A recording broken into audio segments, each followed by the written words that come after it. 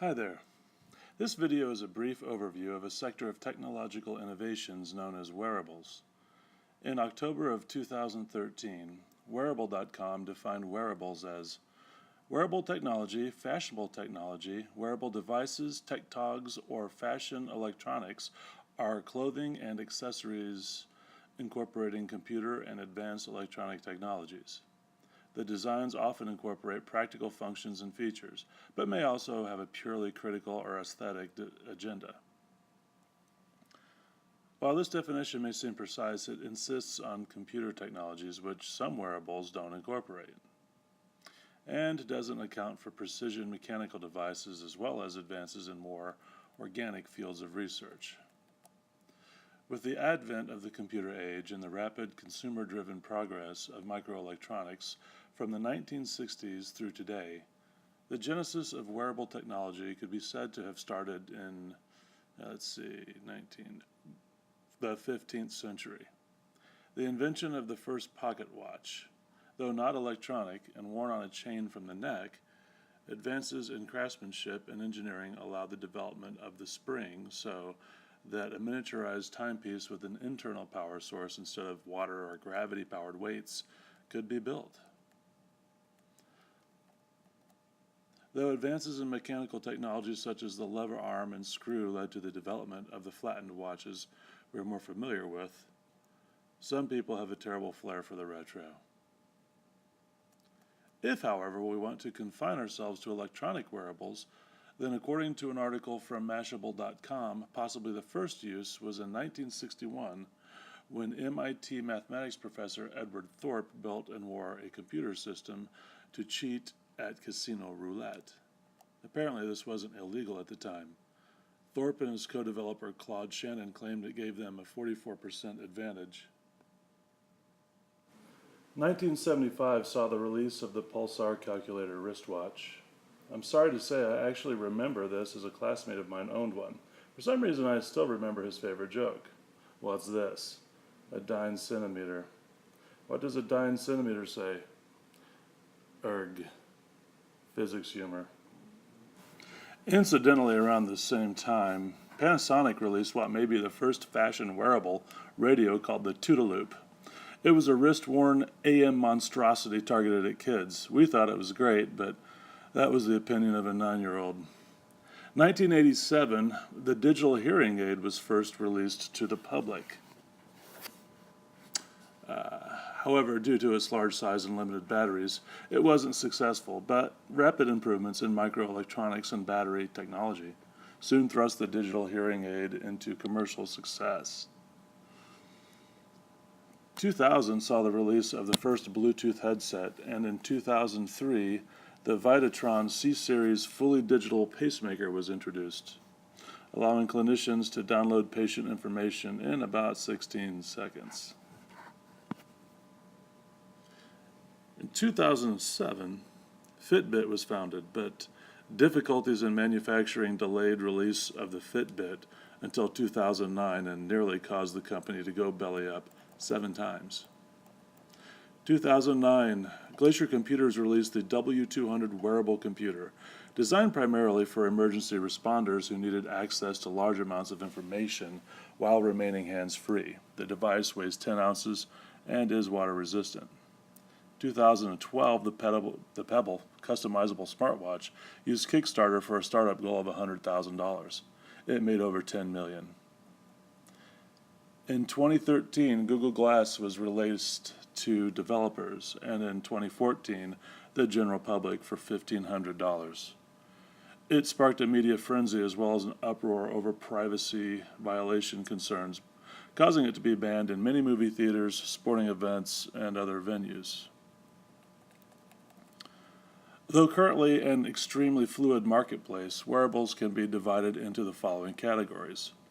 Fitness and wellness, which include pedometers, pulse oximeters, health monitors, activity trackers. Entertainment connectivity, which includes like the Google Glass, virtual gaming visors, the Air Mouse. Military and security, which is heads-up display goggles, powered exoskeletons, and GPS tactical locators. In fashion, we have LED-enabled fabric, jewelry, computer-controlled lighting, and clothing movement.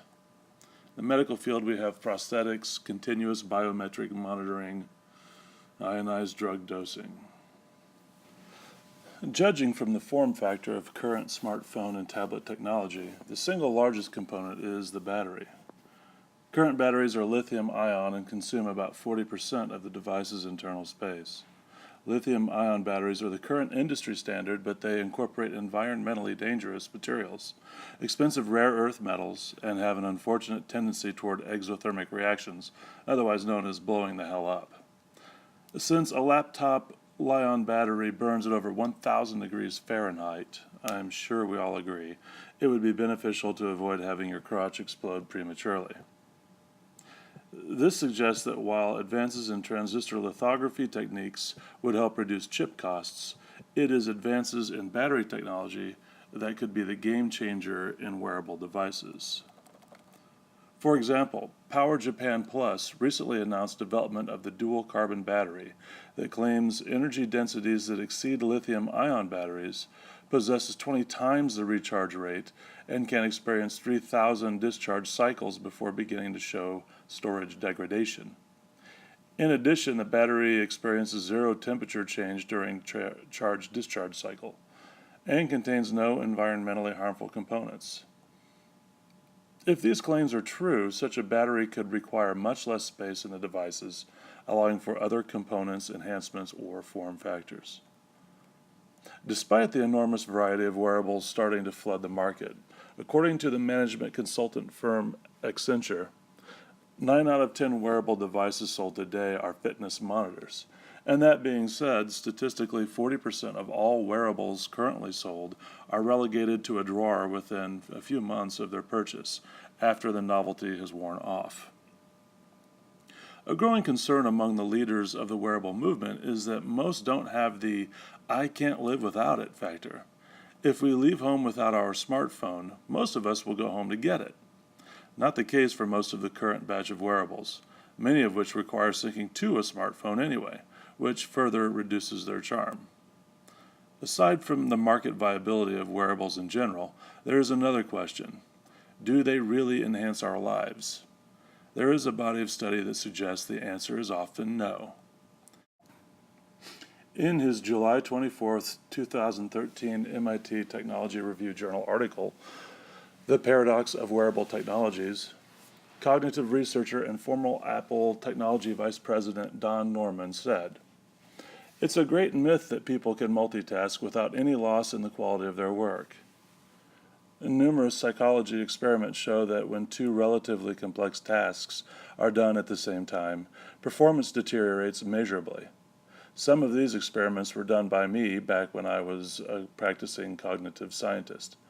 David Strayer, whose research group at the University of Utah has studied these issues for decades, has shown that the hands-free phones are just as distracting as handheld ones, and using one while driving is just as bad as driving drunk. Even pairs of tasks as simple as walking and talking can show performance decrement. It happens to me all the time. While I am thinking or deep in conversation with my morning walk, I often stop walking when I get a difficult and profound thought. The stopping is subconscious, perceived only when my conscious mind breaks its concentration to notice that the walking has halted." Psychologist and Nobel laureate Danny Kahneman notes that in his book Thinking Fast and Slow that he has discovered he couldn't think at all when he was walking too fast. He had to slow down to allow new thoughts. While there are many beneficial uses for wearable technologies, some of them can be distracting and intrusive. I have found myself annoyed when a dinner companion pulled out her smartphone to check texts or tweets. Imagine how much worse if she wore an unfocused stare while trying to maintain an obviously distracted conversation because she is interfacing with her virtual glasses. Even more critical are the safety concerns regarding driving while distracted. The National Safety Council estimates that 28% or more than 1.6 million auto accidents are caused by drivers using their cell phones for either texting or talking. The average time a texting driver takes his eyes off the road is 5 seconds, at highway speed that is over 100 yards traveled with what amounts to your eyes being closed. As Don Norman notes, if performing tasks simultaneously is so deleterious, why do people maintain that they can do it without any deterioration? Well, it is for somewhat the same reason that drunk drivers think they can drive safely. Monitoring our own performance is yet another task, and it suffers. The impairment in mental skills makes it difficult to notice the impairment. So, while the supplementary just-in-time information provided by wearable computers seems wonderful, as we come to rely upon it more and more, we can lose engagement with the real world.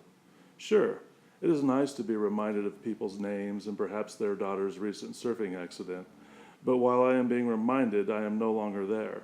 I am somewhere in ether space being told what is happening.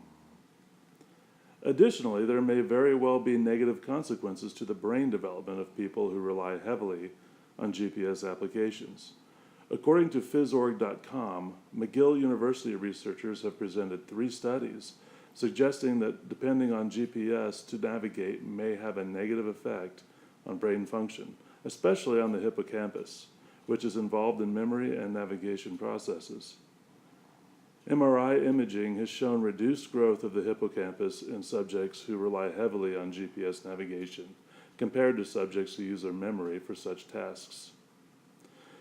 So it seems that while wearable technologies are an exciting branch of the technological industry, and applications could provide ways to make our lives more productive, it will ultimately be up to us to ascertain which specific technologies are beneficial and which are at best superfluous and at worst dangerous to our well-being.